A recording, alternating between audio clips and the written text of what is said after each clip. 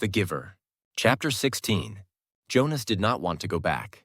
He didn't want the memories, didn't want the honor, didn't want the wisdom, didn't want the pain.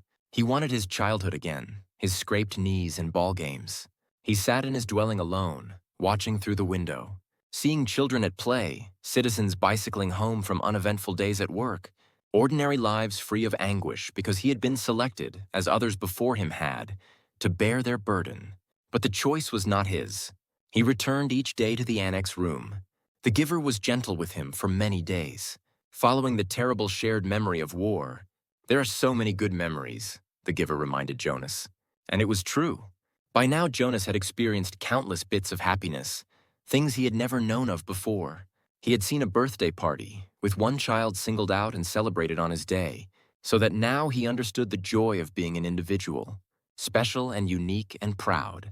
He had visited museums and seen paintings filled with all the colors he could now recognize and name. In one ecstatic memory, he had ridden a gleaming brown horse across a field that smelled of damp grass and had dismounted beside a small stream, from which both he and the horse drank cold, clear water. Now he understood about animals, and in the moment that the horse turned from the stream and nudged Jonas's shoulder affectionately with its head, he perceived the bonds between animal and human. He had walked through woods and sat at night beside a campfire. Although he had through the memories learned about the pain of loss and loneliness, now he gained, too, an understanding of solitude and its joy. "What is your favorite?" Jonas asked the Giver. "You don't have to give it away yet," he added quickly. "Just tell me about it so I can look forward to it, because I'll have to receive it when your job is done." The Giver smiled. "Lie down," he said. "I'm happy to give it to you." Jonas felt the joy of it as soon as the memory began. Sometimes it took a while for him to get his bearings, to find his place. But this time he fit right in and felt the happiness that pervaded the memory. He was in a room filled with people, and it was warm, with firelight glowing on a hearth.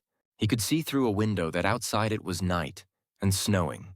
There were colored lights, red and green and yellow, twinkling from a tree, which was, oddly, inside the room. On a table, lighted candles stood in a polished golden holder and cast a soft, flickering glow. He could smell things cooking, and he heard soft laughter. A golden-haired dog lay sleeping on the floor. On the floor there were packages, wrapped in brightly colored paper and tied with gleaming ribbons. As Jonas watched, a small child began to pick up the packages and pass them around the room to other children, to adults, who were obviously parents, and to an older, quiet couple, man and woman, who sat smiling together on a couch. While Jonas watched, the people began, one by one, to untie the ribbons on the packages, to unwrap the bright papers, open the boxes, and reveal toys and clothing and books. There were cries of delight. They hugged one another. The small child went and sat on the lap of the old woman, and she rocked him and rubbed her cheek against his. Jonas opened his eyes and lay contentedly on the bed, still luxuriating in the warm and comforting memory. It had all been there, all the things he had learned to treasure. "What did you perceive?" the Giver asked. "Warmth," Jonas replied, "and happiness, and let me think, family. That it was a celebration of some sort, a holiday, and something else, I can't quite get the word for it. It will come to you. Who were the old people? Why were they there?" It had puzzled Jonas, seeing them in the room.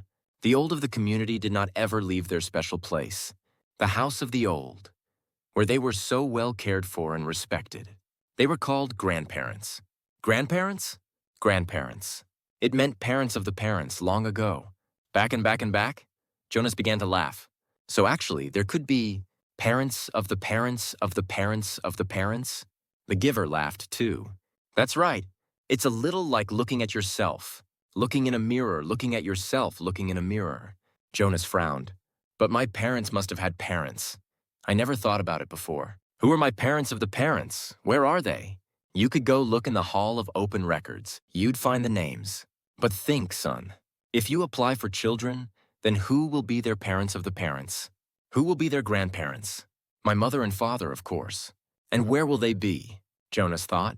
"Oh," he said slowly, "when I finish my training and become a full adult, I'll be given my own dwelling. And then when Lily does, a few years later, she'll get her own dwelling and maybe a spouse and children if she applies for them, and then mother and father." That's right. as long as they're still working and contributing to the community. They'll go and live with the other childless adults, and they won't be part of my life anymore. And after that, when the time comes, they'll go to the house of the old, Jonas went on. He was thinking aloud, and they'll be well cared for and respected. And when they're released, there will be a celebration, which you won't attend, the giver pointed out. No, of course not, because I won't even know about it. By then, I'll be so busy with my own life. And Lily will, too. So our children, if we have them, won't know who their parents of parents are either. It seems to work pretty well that way. Doesn't it?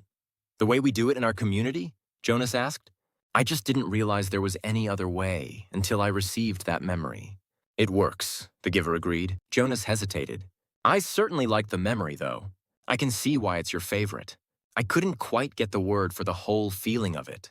The feeling that was so strong in the room. Love, the giver told him. Jonas repeated it. Love. It was a word and concept new to him. They were both silent for a minute. Then Jonas said, Giver? Yes? I feel very foolish saying this. Very, very foolish. No need. Nothing is foolish here. Trust the memories and how they make you feel.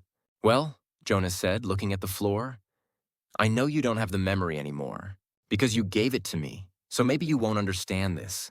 I will. I am left with a vague wisp of that one. And I have many other memories of families and holidays and happiness. Of love. Jonas blurted out what he was feeling. I was thinking that, well, I can see that it wasn't a very practical way to live, with the old right there in the same place, where maybe they wouldn't be well taken care of the way they are now, and that we have a better arranged way of doing things. But anyway, I was thinking, feeling actually that it was kind of nice then, and that I wish we could be that way, and that you could be my grandparent. The family and the memories seemed a little more. He faltered, not able to find the word he wanted. A little more complete. The giver suggested. Jonas nodded. I liked the feeling of love, he confessed. He glanced nervously at the speaker on the wall, reassuring himself that no one was listening.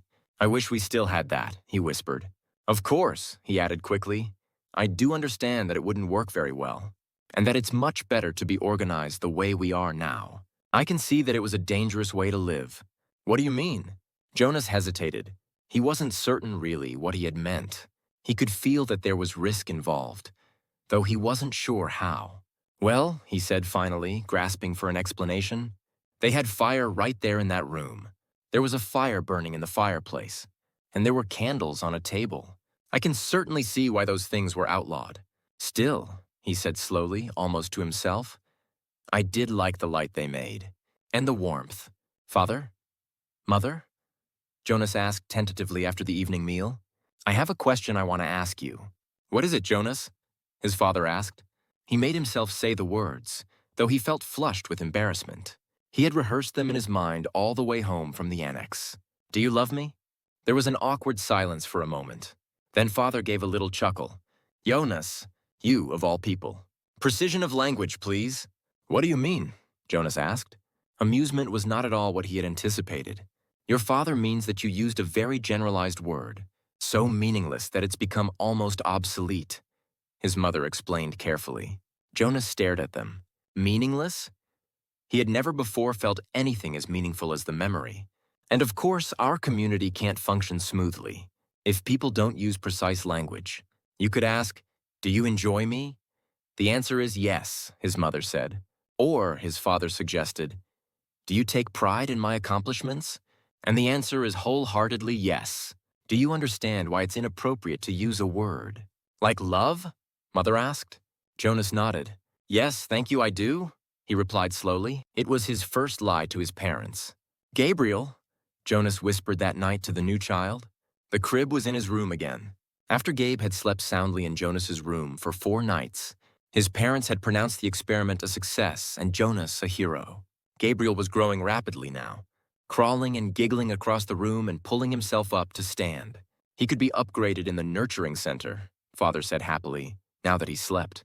He could be officially named and given to his family in December, which was only 2 months away. But when he was taken away, he stopped sleeping again and cried in the night. So he was back in Jonas's sleeping room. They would give it a little more time, they decided. Since Gabe seemed to like it in Jonas's room, He would sleep there at night a little longer until the habit of sound sleep was fully formed. The nurturers were very optimistic about Gabriel's future. There was no answer to Jonas's whisper. Gabriel was sound asleep. Things could change, Gabe, Jonas went on. Things could be different. I don't know how, but there must be some way for things to be different. There could be colors.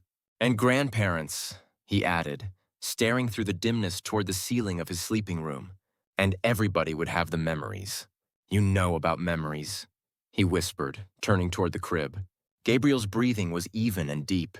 Jonas liked having him there, though he felt guilty about the secret. Each night he gave memories to Gabriel. Memories of boat rides and picnics in the sun. Memories of soft rainfall against window panes. Memories of dancing barefoot on a damp lawn. Gabe? The new child stirred slightly in his sleep. Jonas looked over at him. There could be love, Jonas whispered.